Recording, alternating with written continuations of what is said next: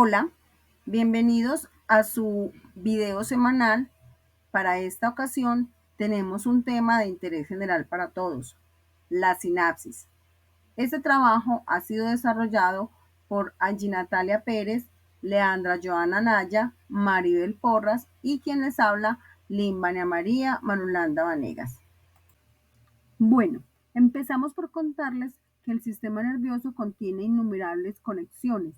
Se encuentra conformado por neuronas, las cuales generan neurotransmisores distribuidos en zonas neuromusculares y neuroglandular, realizando variaciones en las condiciones de la membrana, permitiendo una secuencia de los potenciales de acción.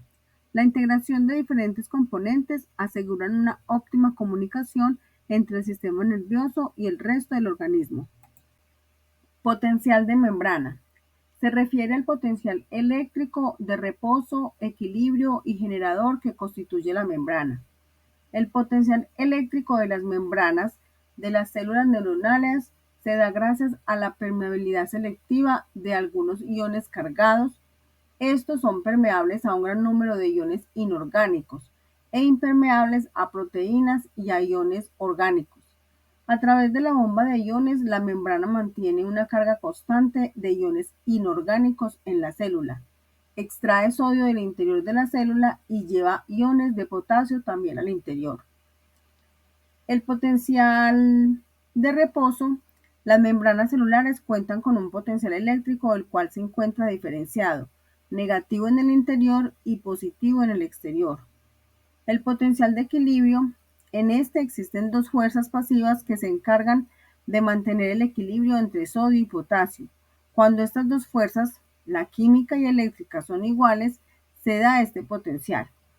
Potencial generador. Se refiere a la respuesta que se da en algunos receptores sensoriales, en donde la energía mecánica cambia a señales eléctricas. Este se genera en un área de la célula sensorial y en un mayor grado se despolariza, convirtiéndose en menos negativo.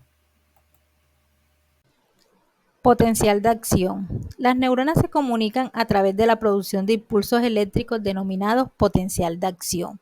Estos impulsos eléctricos viajan a lo largo de la membrana de la célula que tienden a propagarse a través de una neurona y a lo largo de su axón, produciendo una despolarización de 100 milivoltios y su magnitud es constante en cada neurona, porque incluye moléculas especializadas llamadas canales de sodio, que corresponden a la interrupción de la polarización e incremento de la permeabilidad relativa de la membrana al sodio. El umbral de excitación se ubica entre menos 50 y menos 55 milivoltios. Significa que un estímulo que alcance o supere generarán una respuesta completa en la célula excitable. Desde el punto de vista iónico, un potencial de acción es causado por cambios temporales en la permeabilidad de la membrana a iones difusibles. Estos cambios producen la apertura de los canales iónicos y por ende una disminución en los gradientes de concentración de estos iones. El valor del umbral del potencial de acción depende de la permeabilidad de la membrana, la concentración intra y extracelular de iones y de las propiedades intrínsecas de la membrana celular. Según Goldman-Hawking, el potencial de acción tiene tres fases que se dan por los cambios temporales en la permeabilidad de la membrana a iones difusibles. Dentro de esto se encuentra despolarización. Es el aumento inicial del potencial de membrana hasta el valor del umbral de excitación, el cual abre los canales de sodio activados por el voltaje y esto ocasiona un gran ingreso de iones de sodio. Sobreexcitación. En el interior de la célula se vuelve más electropositiva hasta que el potencial se relacione al equilibrio hidroquímico de sodio, que es 61 milivoltios. Repolarización. El sodio disminuye debido al cierre de sus canales y el valor sobreexcitado abre los canales de potasio, lo cual provoca una masiva salida de iones de potasio, acortando la electropositividad de la célula. Al empezar un potencial de acción, existe un intervalo de tiempo posterior a la generación del potencial de acción, en el cual la célula excitable no puede producir otro potencial y se divide en dos periodos. periodo refractario absoluto y periodo refractario relativo. El periodo refractario absoluto se superpone con la despolarización y con alrededor de 2/3 de la fase de repolarización. Un nuevo potencial de acción no puede generarse durante la despolarización, ya que todos los canales de sodio activados por voltaje están ya abiertos o siendo abiertos a máxima velocidad. Durante el inicio de la repolarización, un nuevo potencial de acción no puede producirse porque los canales de sodio dependiente de voltaje están inactivos y necesitan del potencial de reposo para volver a su estado de cierre, desde el cual podrán abrirse nuevamente. El periodo refractario absoluto termina cuando la suficiente cantidad de canales de sodio se recuperan de su estado de inactividad. Periodo refractario relativo. Es el lapso de tiempo durante el cual la generación de un nuevo potencial de acción es posible, pero solo es respuesta a un estímulo por encima del umbral. Este periodo se superpone con el tercio final de la repolarización. La bomba sodio-potasio es una proteína que está en la membrana celular. Bombea sodio al exterior de la membrana y potasio al interior. Actúa contragradiente gracias a su actividad ATP, rompiendo el ATP para obtener la energía que necesita para transportar al ion.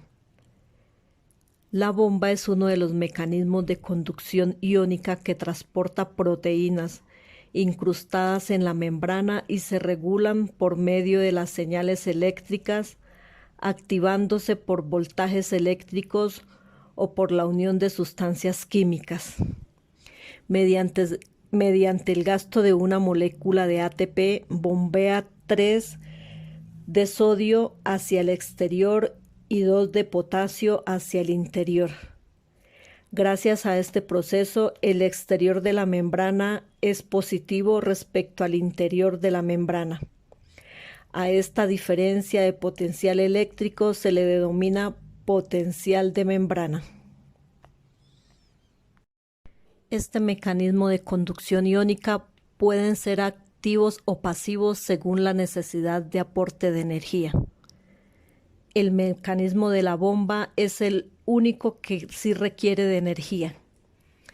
Este proceso sucede porque en los canales iónicos está constituido por un poro central. Y este poro, cuando se abren, tienen la oportunidad de circular de manera selectiva los iones por la fuerza de difusión y de campo eléctrico.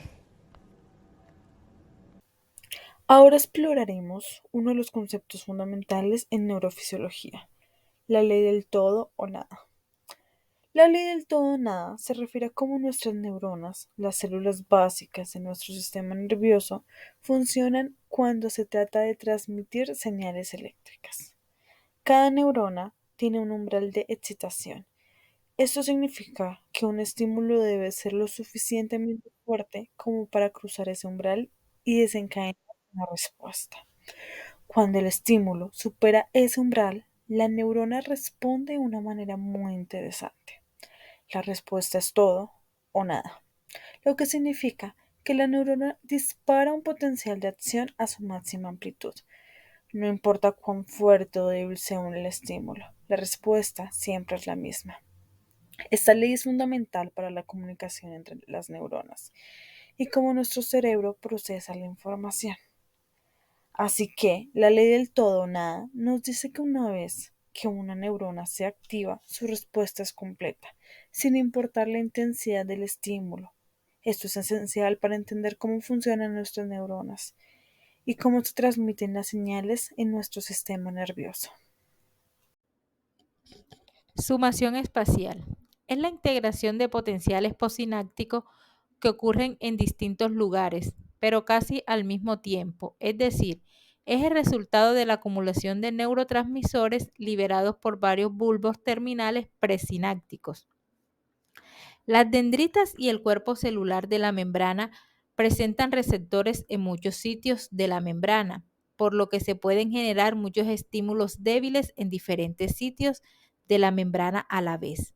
Estos viajan en distancias cortas, desde las dendritas al cuerpo celular, pudiendo interaccionar entre sí para influir en la carga neta del potencial de membrana en el cono axónico, dando lugar en última instancia al potencial de acción que producirá el impulso eléctrico a lo largo del axón de la neurona.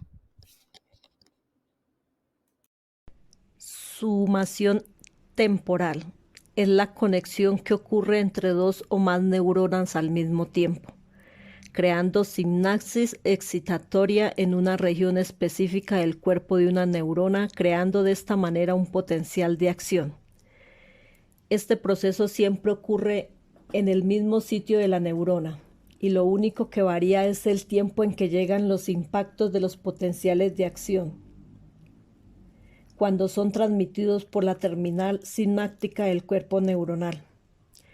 Por cada impulso de los potenciales postsinápticos excitatorio ocurridos, se genera un tiempo de descanso de unos 15 milisegundos, y al sumarlos para integrarlos se genera una respuesta que lleva a un potencial umbral de dolor.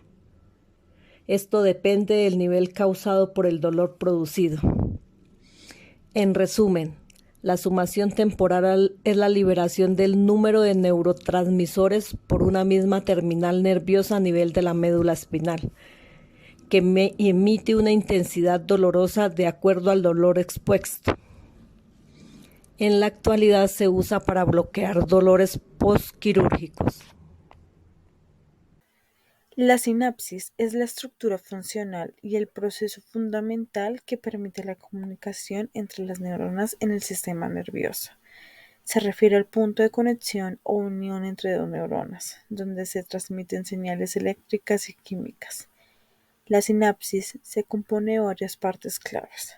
Comenzaremos hablando sobre la terminal presináptica, la cual es la parte de la neurona que envía la señal. Aquí, la señal eléctrica se convierte en señales químicas.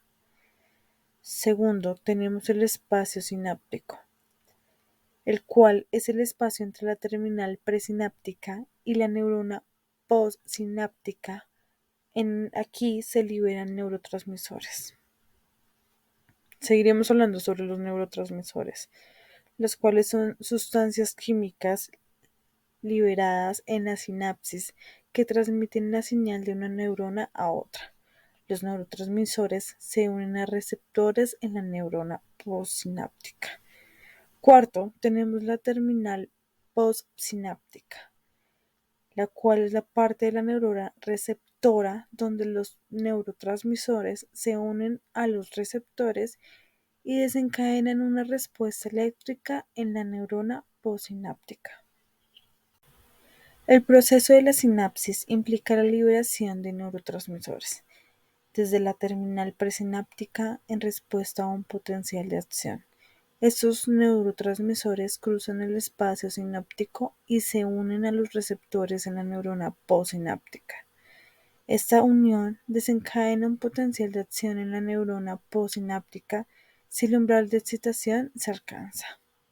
Además, la sinapsis es la esencial para la transmisión de información en el sistema nervioso y para la realización de diversas funciones cognitivas y motoras. Las sinapsis pueden ser excitadoras, aumentan la probabilidad de que la neurona postsináptica, o inhibidoras, donde disminuyen esta probabilidad. Y su complejidad y flexibilidad son fundamentales para la función cerebral. Ampliando el concepto, veamos ahora la sinapsis eléctrica.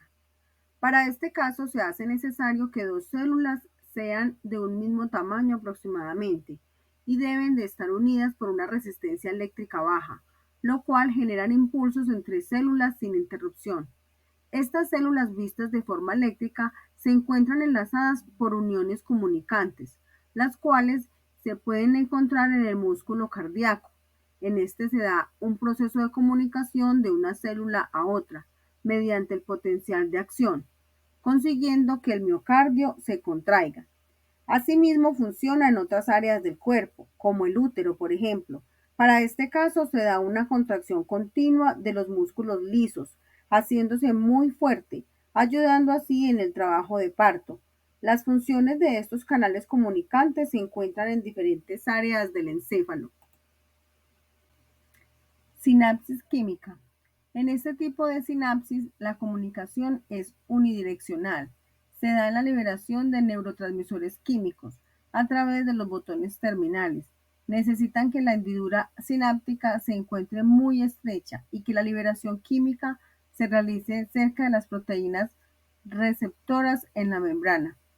Se encuentran dos clases de moléculas proteicas fundamentales en el transporte de organelos a través de los microtúbulos, la quinesina y la dineína citoplasmática, las cuales son básicas para la conducción de los neurotransmisores.